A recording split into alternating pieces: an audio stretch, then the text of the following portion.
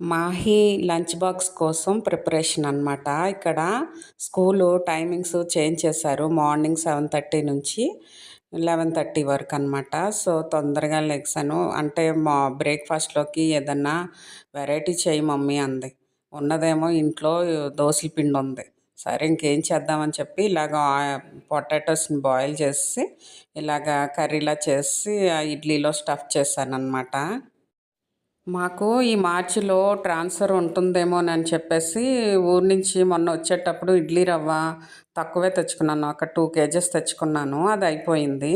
ఇంకా అలాంటప్పుడు నేను ఏం చేస్తానంటే మామూలు రైసే నానబెట్టేస్తాను పప్పుతో పాటు. అదే ఇడ్లీలు దోశలకి వేస్తానన్నమాట. అదే పిండి ఇడ్లీ వేసాను ఇలాగా. ఇలా కట్ చేశాను. కొంచెం బాక్స్లో కొద్దిగా కర్రీ కూడా పెట్టేసి కీరా కట్ చేసి పెట్టాను.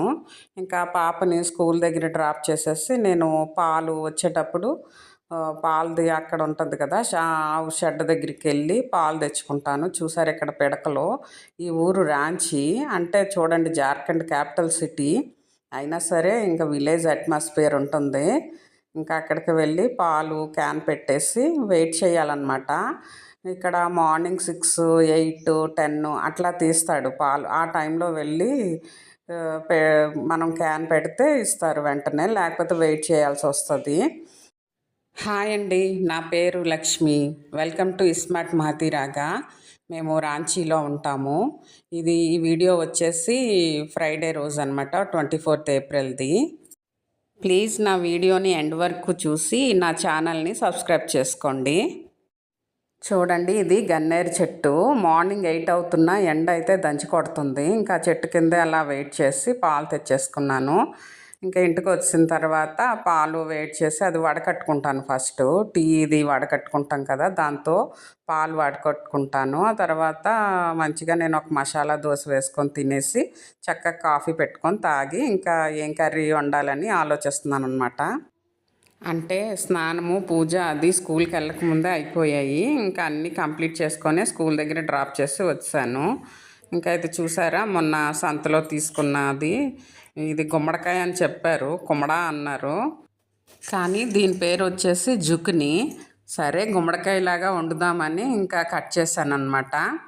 నేను ఫస్ట్ అనుకున్నాను ఇది చూసి ఆనపకాయ అని అడిగితే నై ఏ కుమ్మడా అని చెప్పారు.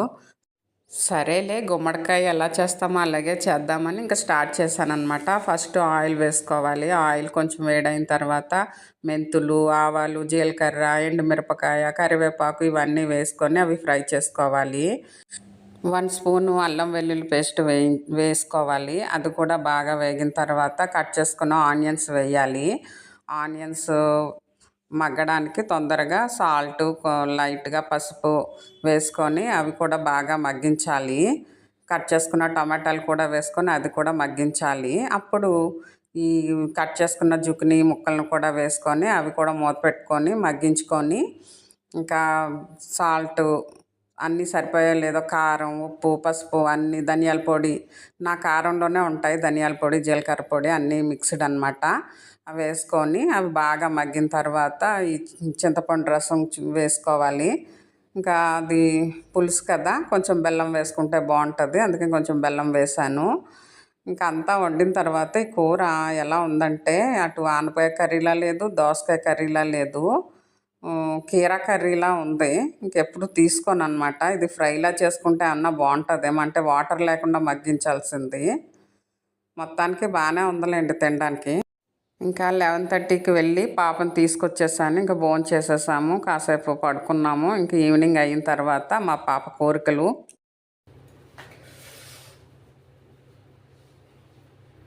అసలే ఎండలు, కిచెన్లోనేమో ఉండలేకపోతున్నాం.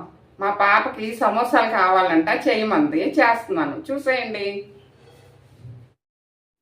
చూసారు కదా, మా పాపకి సమోసాలు కావాలంట. మామూలుగా గోధుమ పిండి, ఇది గోధుమ పిండి మామూలు నైట్కి చపాతీలకి నానబెట్టుకున్నాను అనమాట. అన్నీ వేసి కలోంజి, వాము ఇవన్నీ వేస్తాను. నానపెట్టి ఉంచాను. అలాగే మార్నింగ్ ఇడ్లీకి అది స్టఫింగ్ ఉంది కదా, ఆలు స్టఫింగ్ మిగిలిపోయిందనమాట. సర్లే అని చెప్పి సమోసాలు చేద్దామంటే నాకు హార్ట్ షేప్ కావాలి, నాకు ఈ షేప్ కావాలి. అసలే కరెంట్ మధ్య మధ్యలో పోవడం, కరెంట్ లేదు. ఇది చేస్తున్నంత సేపు కరెంట్ లేదు, ఛార్జింగ్ లైట్ ఉంది. ఇంకా ఏం చేస్తుందంటే నాకు ఆ షేప్ కావాలి, ఈ షేప్ కావాలి, ఆ షేప్ కావాలి. అసలే వంటగదిలో ఉండలేకపోతున్నామంటే మళ్ళీ మా అమ్మాయి ఇంకా ఈ షేప్ కావాలి, ఆ షేప్ కావాలని నన్ను చంపింది. ఇంకా లాస్ట్కి నేను ఏ షేపు చేయలేను అని చెప్పేసి లాస్ట్ పెద్ద సమోసాలు 2 చేసేసాను. అదిగోండి అలా చేసి బాగానే వచ్చాయి. గోధుమ పిండి అయినా బాగున్నాయి అన్నమాట.